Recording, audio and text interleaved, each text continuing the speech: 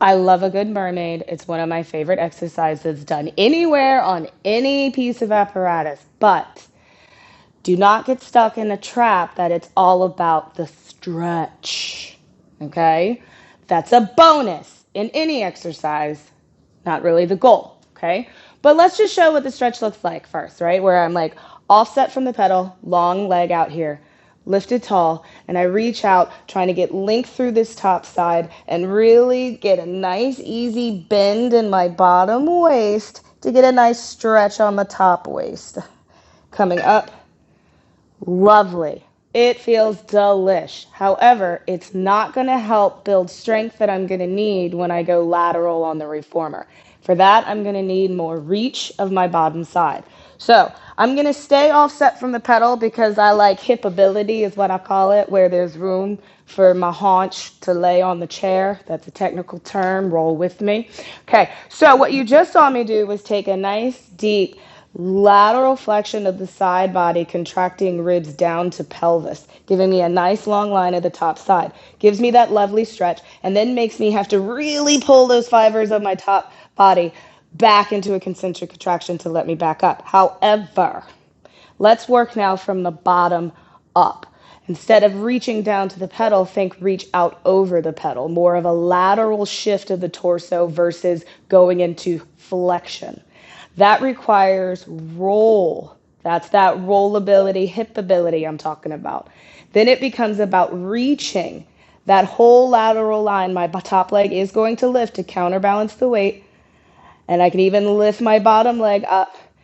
It feels a little scary because you have to go bottom waist connect through to the shoulder, reach out over the pedal, and then coming up with more of a lateral shift to come up. I could also choose, let me get back out there, to come up with more of that lateral flexion on my bottom side to, yes, come back through a nice stretch. Choices, choices, choices, right? Focus again, right? Is it just lateral flexion down, or is it the reach out over to find lateral side body? Because now I have options. See, hipability, right? Hipability. When you got them, adjust.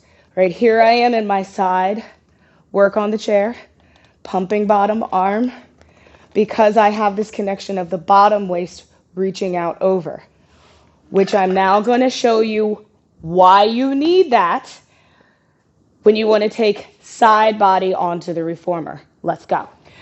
Now, mermaid on the reformer really should have this pull in tight together, right? If you choose more of a Z sit or the Cleopatra sit, then you can really only go for the lateral flexion with a little work into the shoulder. And you're really finding just that nice flexion of thoracic spine. But it's not really going to take you through the power that I was just talking about. If you pull in as tight as you can, if you're Gumby, you can get shin on shin. I'm no Gumby. So I got to go here, otherwise my knee rips up, right? Now it can become about that reach of the lateral body out again. I can choose to lead with my head, come up and see the lateral flexion on the top side, come up through and pull the reformer back in. That pull of that bottom waist up into that shoulder is what we're going to need for in a moment when we get to a little star, a little one-armed work, right? So I can push with the hips, and there's that lateral flexion. There's my mermaid. I could reach out. But choreographically, you have options, you have choices, but it is that feeling of the bottom side connecting and reaching and pulling back up through space that changes the whole ball game. For when I want to, are you ready? Let's see how this works today. I feel like I want to add another little bit of spring. Because, talking and doing Pilates is actually dumb. Right? Okay?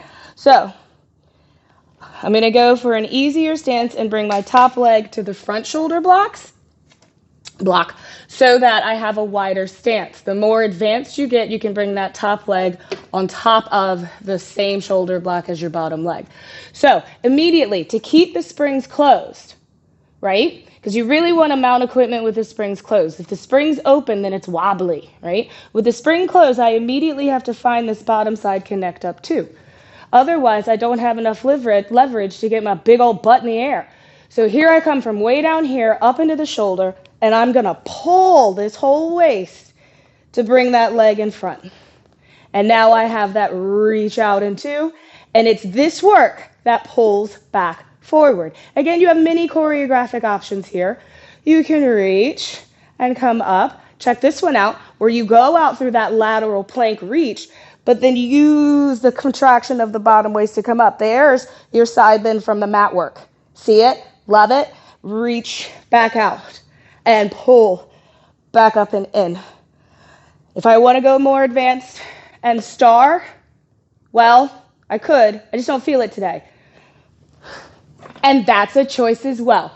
You don't have to if you don't want to. But stretching is a byproduct in this work. If you try to make it the goal in every exercise, you lose something that makes the work work.